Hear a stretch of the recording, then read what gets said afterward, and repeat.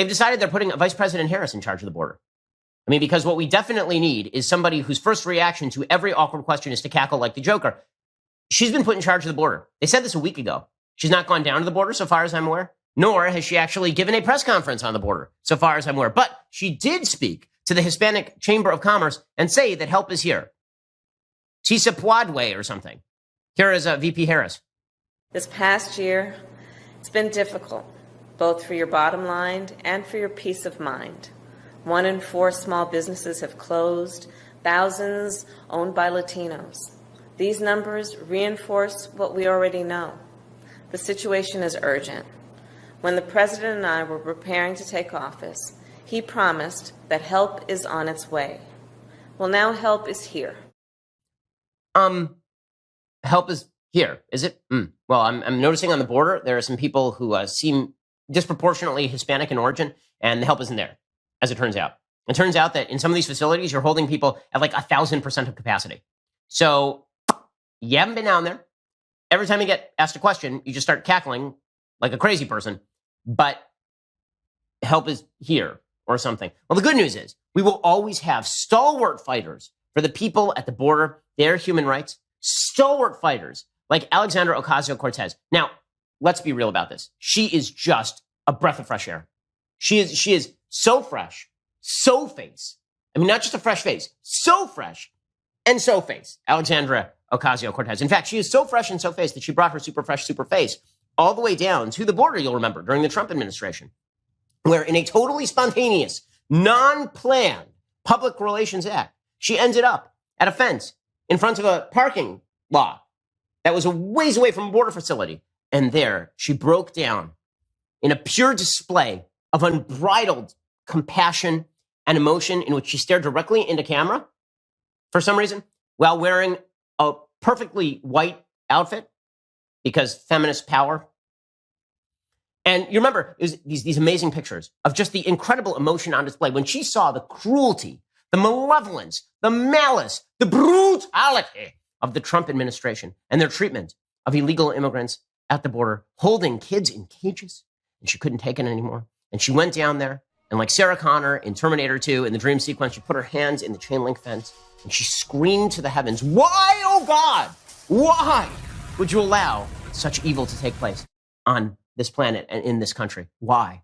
Well, now Joe Biden is holding like a multiple of that number of kids in cages, and they're like packed together in the middle of a COVID pandemic. And AOC has not been down to the border. Probably she just hasn't had time or something, because she's super sincere and brilliant.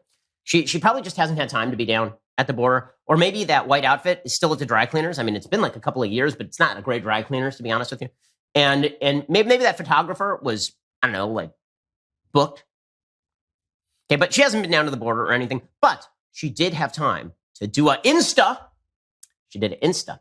And when she did her Insta, she discussed what is happening on the border. And let me just say, the pearls of wisdom floweth like water from that so fresh, so face. A few decades ago, private citizens used to be largely that, private. What has changed? Interwebs. Think about everything you've browsed, searched for, watched, tweeted. Now imagine all of that data being crawled through and collected and aggregated by third parties into a permanent public record, your record. To keep my data private when I go online, I turn to ExpressVPN. Here's how it works. It's super simple. All you have to do is go to your cell phone. Right now it says not connected. Boom, I hit connected. Connecting. Done. Data harvesters will use your IP to uniquely identify you and your location with ExpressVPN. However, my connection gets rerouted to an encrypted server. My IP address is masked and anonymized. Every time I turn ExpressVPN on, I'm given a random IP address shared by other ExpressVPN customers. That makes it tougher for third parties to identify me and harvest my data. If, like me, you believe your data is your business, secure yourself with the #1 rated VPN on the market. Visit expressvpn.com/Ben. Get 3 extra months for free. That's expressvpn.com/Ben. Go to expressvpn.com/Ben to learn more. Here was AOC talking about the border crisis and saying some of the most intellectually incisive things I have ever heard about the border. It's like when Einstein, I'm sure, would give a disquisition on the physics of relativity. That's like AOC on border policy, except Einstein was a piker. She is just the amount of intellectual firepower here. It's pretty astonishing. I will say that. Here she was, really sounding off in emotional fashion about what's happening under President Biden at the border, where, again, a multiple of children are now being held than were ever held under Trump. Often people want to say, why aren't you talking about the border crisis? Or why aren't you talking about it in this way? Well, we're talking about it. They just don't like how we're talking about it, because it's not a border crisis. It's an imperialism crisis. It's a climate crisis. It's a trade crisis. Anyone who's using the term surge around you consciously is trying to invoke a militaristic frame. And that's a problem, because this is not a surge. These are children, and they are not insurgents, and we are not being invaded.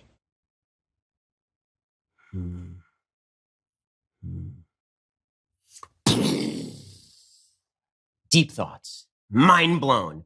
I mean, it's not a border crisis, guys. It's an imperialism crisis, don't you see? It's because America invaded these Central and Latin American nations, and all these people, they didn't cross the border crossed them, or alternatively, they crossed the border illegally. But it's an imperialism crisis. Also, it's a climate crisis. Sure, it's not a climate crisis. Sure, you're blaming all this on a hurricane that happened like months and months and months ago, and then the surge started, and the surge happened like way after the hurricane. But it's a climate crisis, guys. It is not a policy crisis. There is no crisis on the border. It's a figment of your imagination. You know how I know? Because if it were a crisis on the border, she'd be down there in a white outfit crying at the border. That's how you know. I don't have to watch the news. I don't have to pay attention to any of the stats. All I have to do is watch whether AOC is taking an emotionally overwrought photo at the border to tell whether we have a climate crisis or a border crisis. And she says, no border crisis. I believe her. No border crisis, guys. It is not a border crisis. It is an imperialism crisis. It's a climate crisis. And it is a trade crisis, because the balance of trade is off, or there aren't tariffs or something. I know that when we have a trade dispute with Canada, we immediately get a huge surge of Canadians just coming over that northern border. Happens all the time. We've been having this massive trade standoff with the Chinese government, and that's what we've been getting. It's just an enormous number of Chinese expatriates just leaving, just right there on the border. Amazing. Because that's how trade policy works, guys. It's incredible. Also, surge. Don't use the word surge. Never use the word surge. I can't do it. Don't use the word surge, because if you use the word surge, you're invoking insurgence. You see, she put a prefix and a suffix. She put in and ins before and after the word surge, and boom, you're using a militaristic frame. When you say there's a surge, normally, like, this is what I think. Like when, let's say the lights go out in my house, right? And I think, oh my gosh, maybe there was a power surge. I'm using a militaristic frame, because what I really mean is that my electricity is a guerrilla force. It is an insurgent force.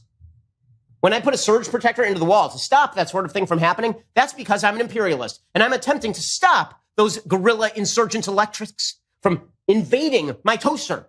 Surge, insurgents, same thing.